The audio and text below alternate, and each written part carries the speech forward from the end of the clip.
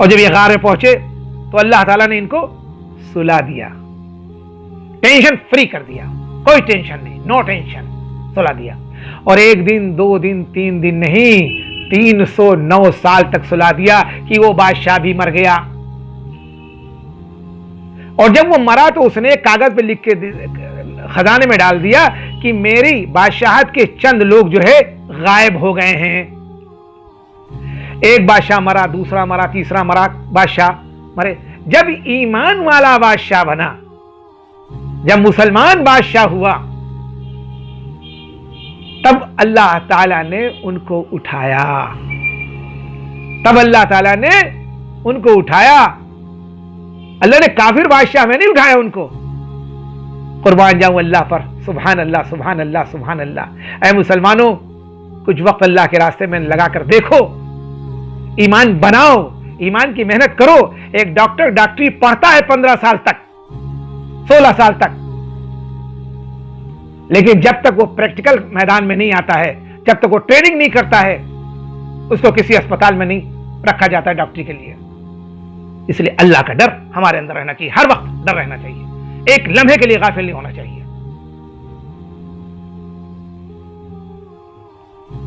تو اصحاب کہف کے بارے میں یہ کہ اس شخص نے جو ہے، اس بادشاہ نے لکھ کے پرچے میں رکھ دیا کہ ہماری بادشاہت کے کچھ لوگ جو ہے گم ہو گئے ہیں۔ اب 309 سال کے بعد جب مسلمان بادشاہ ہوا، زمانہ بدل گیا، لوگ بدلتے چلے گئے، بادشاہ بدلتے چلے گئے، اور جب مسلمان بادشاہ آیا تو اللہ تعالیٰ نے ان کو اٹھایا۔ درمیان میں وہ اٹھتے رہے، ایک دوسرے کو دیکھتے تھے، پھر سو جاتے تھے۔ سب سو رہے ہیں، آنکھیں کھلی ہوئی، لوگ اگر دیکھیں بھی تو کہیں گے بھائی یہ تو جگ رہے ہیں۔ کتا بھی سو رہا ہے، لیکن دیکھے تو سمجھے گا کہ بھائی جو یہ بھی جگ رہا ہے۔ تو جب 309 سال کے بعد مسلم بادشاہ بنا، تب اللہ تعالیٰ نے ان کو جگایا، اور ان کو ایسا لگا کہ میں ابھی ہی سویا ہوں، میں یہ نہیں جانا کہ میں 309 سال ہو گئے، اور ساری چیزیں اسی طرح موجود ہیں جس طرح وہ سوئے تھے۔ کتا بھی اسی غار کے منہ کے پاس بیٹھ کے سو گیا تھا۔ اب ان کے اندر اللہ نے بھوک پیدا کی، بھوک لگی ان لوگوں کو، تو انہوں نے اپنے چند ساتھیوں کو سکہ نکالا اور دیا کہ جاؤ چھپ چھپا کے جانا، ظالم بادشاہ ہے، وہ یہی سمجھ تھے وہی بادشاہ ہے، وہی وقت ہے، اور جا کر کے کچھ نظر بچا کر چپکے سے دکان پر جا کر کچھ کھانے پینے کا سامان خرید لاؤ۔ جب لوگ گئے اور سکہ دیا تو دکاندار دیکھ کر بڑا تعجب ہوا کہ یہ تو سکہ فلاں بادشاہ کے وقت کا ہے، یہ تو آج کا سکہ ہے نہیں۔ دیکھیے اللہ کی قدرت، دیکھیے اللہ کا نظام، دیکھیے۔ اور اس بادشاہ کو مرے ہوئے کئی 100 سال گزر گئے، تو لوگوں کو شک ہوا، دکاندار کو شک ہوا کہ کہیں کوئی خزانہ تو ان کے ہاتھ نہیں لگ گیا، یہ کون سے لوگ ہیں، اتنا پرانا سکہ ان کے پاس کہاں سے آ گیا۔ ایک دکاندار کو فکر سی پیدا ہو گئی، اور آہستہ آہستہ یہ بات بادشاہ تک پہنچ گئی، موجودہ بادشاہ جو مسلمان تھا اس تک پہنچ گئی۔ یہ بادشاہ مسلمان ایماندار تھا، اور اللہ کو اور قیامت کے دن پر یقین رکھتا تھا۔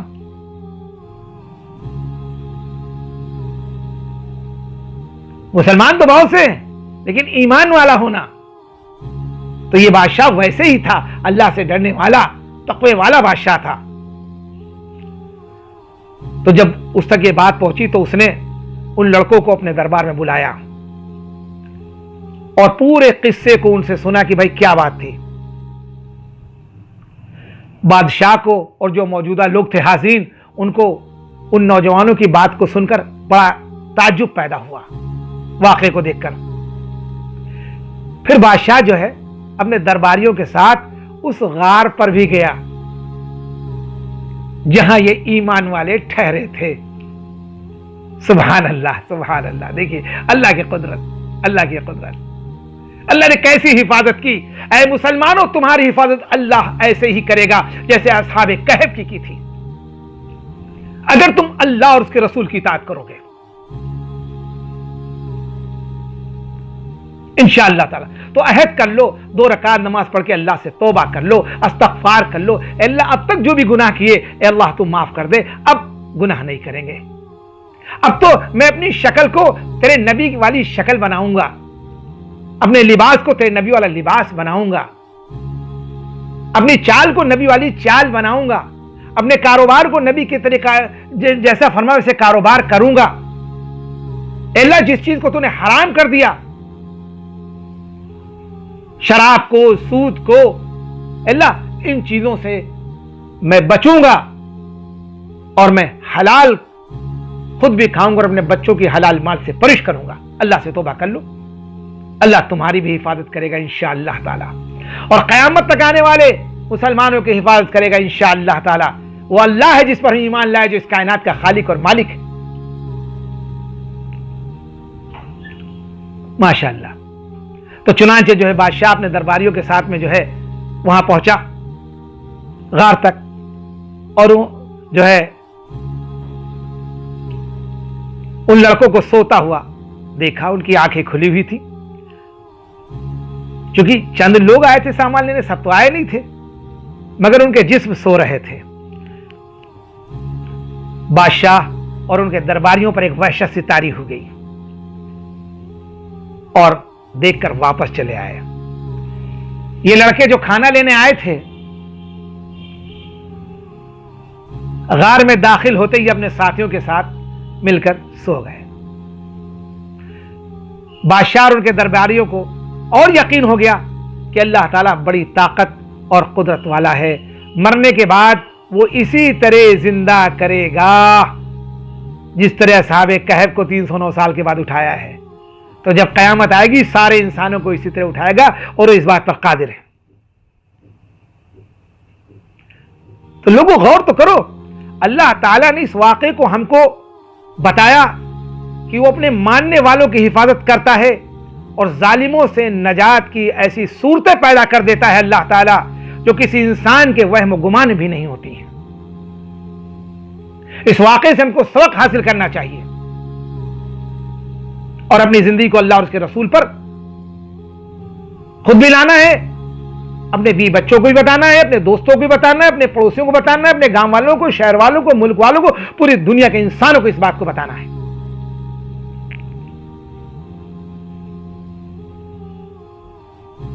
دعوت تبلیغ کی شکل میں جو محنت کی جا رہی تھی وہ اسی بات کی محنت کی جا رہی تھی کہ دنیا کے ہر کچے پکے مکانوں تک اللہ کا دین پہنچ جائے۔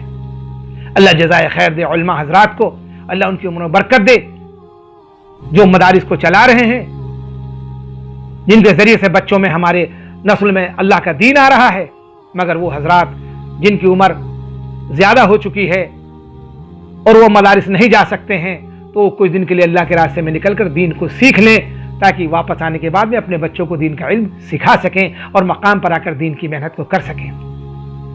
اس لیے اللہ سے دعا کریں کہ لاک ڈاؤن کی وجہ سے جو حالات آئے دعوت تبلیغ پر، اللہ تعالیٰ ان حالات کو ختم کر دے اور پھر سے مراکز کو کھول دے اور پھر سے دعوت کا کام شروع ہو جائے، اور اللہ تعالیٰ پوری امت کے لیے ہدایت کے فیصلے فرما دے، اور ہمارے اکابرین جن کے خلاف چند نا سمجھ لوگوں نے مقدمہ دائر کر دیا ہے، اللہ تعالیٰ ان کو ہدایت دے، اللہ تعالیٰ ان کو سمجھ دے، اور اللہ تعالیٰ ان سے بھی دین کا کام لے لے، اور یہ سارے مقدمات بھی ختم ہو جائیں اور دین کا کام شروع ہو جائے، اور پوری دنیا میں اللہ تعالیٰ کا دین زندہ ہو جائے۔ تو اس واقعے سے یہ سبق حاصل ہوتا ہے کہ جس شخص میں اللہ تعالیٰ کی محبت پیدا ہو جاتی ہے وہ کسی بڑے سے بڑے بادشاہ سے بھی نہیں ڈرتا، بس اللہ کی محبت اندر اتر جائے۔ وَقُلْ جَاءَ الْحَقُّ وَزَهَقَ الْبَاطِلُ، جب ایمان آئے گا تو اندر سے جھوٹ کو، غیبت کو، حسد کو، کینہ کو، بغض کو، برائی کو نکال کر پھینک دے گا۔ جس طرح آگ اور پانی ایک ساتھ نہیں رہ سکتے، ویسے حق اور باطل ایک ساتھ نہیں رکھ سکتا۔ تو انشاءاللہ ہم سب کے سب پوری کوشش کریں گے اس واقعے کو سننے کے بعد اور اپنی زندگی میں تبدیل لائیں گے اور اپنے رب سے توبہ کریں گے تاکہ میرا رب اس کورونا وائرس کی بیماری کو بھی ختم کر دے، لاک ڈاؤن کو بھی ختم کر دے اور اللہ مسجدوں کو کھول دے، جیسے کہ دعائیں آپ نے بھی مانگی، ہم سب نے مانگی، اللہ نے مساجد کو کھول دیا، سعودی عرب میں بھی کھل گئی اور عرب ممالک میں کھل رہی ہے اور ہر جگہ کھل رہی ہیں ماشاءاللہ، امریکہ میں بھی رمضان میں ہی کھول دی گئی ماشاءاللہ، ہمارے ملک میں انشاءاللہ جلد سے جلد اللہ تعالیٰ جو ہے مساجد کو کھول دے، اللہ تعالیٰ ہم سب کو مسجد میں عبادت کرنے والا بنا دے، مسجدوں کو آباد کر دے، ہمارے مدارس کو کھول دے، مکاتب کو کھول دے، ہمارے علماء کی حفاظت فرمائے اور ہمیں علماء کی قدر کی توفیق عطا فرمائے۔ تو انشاءاللہ ہم سب اپنے ایمان کی حفاظت کریں گے، ایمان کی محنت کریں گے تاکہ اللہ ہماری حفاظت کرے، اللہ ظالم بادشاہوں سے ہماری حفاظت کرے، کوشش کریں گے انشاءاللہ۔ کہیے انشاءاللہ تعالی، چونکہ لفظ انشاءاللہ بہت ضروری ہے۔ ایک مرتبہ مشرکین نے اللہ کے نبی صلی اللہ علیہ وسلم سے سوال کیا کہ تم اپنے کو نبی کہتے ہو تو اصحاب کہف کا واقعہ سنائیے۔ اللہ کے نبی صلی اللہ علیہ وسلم نے کہا کہ میں کل سناؤں گا۔ کیا کہا؟ میں کل سناؤں گا۔ لیکن آپ نے انشاءاللہ نہیں کہا، تو جس کی وجہ سے کیا ہوا؟ آپ نے کیا کہا؟ وَلَا تَقُولَنَّ لِشَيْءٍ إِنِّي فَاعِلٌ ذَلِكَ غَدًا، کہا کل سناؤں گا، إِلَّا أَن يَشَاءَ اللَّهُ۔ سوچیے،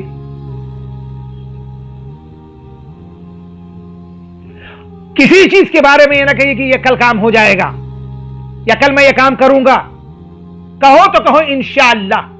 جب نبی نے انشاءاللہ نہیں کہا تو کیا ہوا؟ اللہ کی طرف سے وحی نہیں آئی اور مشرکین مذاق اڑانے لگے اللہ کے نبی صلی اللہ علیہ وسلم کا۔ تو اللہ تعالیٰ نے قرآن کی یہ آیت اتاری، کیا کہا؟ إِلَّا أَن يَشَاءَ اللَّهُ وَاذْكُرْ رَبَّكَ إِذَا نَسِيتَ وَقُلْ عَسَىٰ أَن يَهْدِيَنِ رَبِّي لِأَقْرَبَ مِنْ هَٰذَا رَشَدًا۔ یہ کہیے کہ اللہ چاہے گا تو کر لوں گا، اور جب کبھی ذہن سے اتر جائے تو اپنے رب کو یاد کیا کیجئے، یاد کیجئے، اپنے رب کو یاد کیجئے اور کہیے کہ امید ہے کہ میرا رب اس سے زیادہ نیکی کی راہ مجھے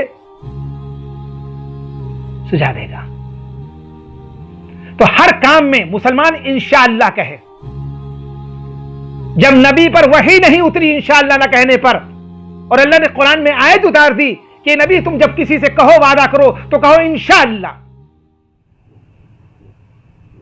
اور انشاءاللہ کہہ کر قیامت تک آنے والے مسلمانوں کو بتایا کہ جب تم کسی سے وعدہ کرو تو انشاءاللہ کہو، کسی کام کو کہو انشاءاللہ کہو۔ تو انشاءاللہ ہم سبھی لوگ ہر کام میں انشاءاللہ کہیں گے تاکہ اللہ کی نصرت و مدد ہمارے ساتھ فوری حاصل ہو جائے۔ لیکن آج کل لوگ انشاءاللہ کا بھی مذاق اڑا رہے ہیں، ارے بھائی انشاءاللہ کون سا؟ ارے بھائی انشاءاللہ وہ جس کا حکم اللہ نے فرمایا ہے انشاءاللہ تعالی۔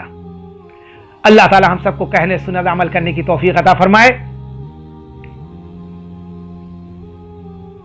دعا کی درخواست ہے، صحت کے لیے دعا بھی کریے گا، خود بھی سنیے گا، عمل کریے گا، اپنے بھی بچوں کو سنائیے گا، اپنے دوست احباب کو بھی بتائیے گا تاکہ اللہ کا دین دوسروں تک پہنچے۔ اس موبائل کا استعمال اللہ کے دین کے لیے کریے گا، اس کے شر سے بچیے گا، اس کے خیر کو حاصل کریے گا۔ وآخر دعوانا ان الحمدللہ رب العالمین۔ السلام علیکم ورحمۃ اللہ وبرکاتہ۔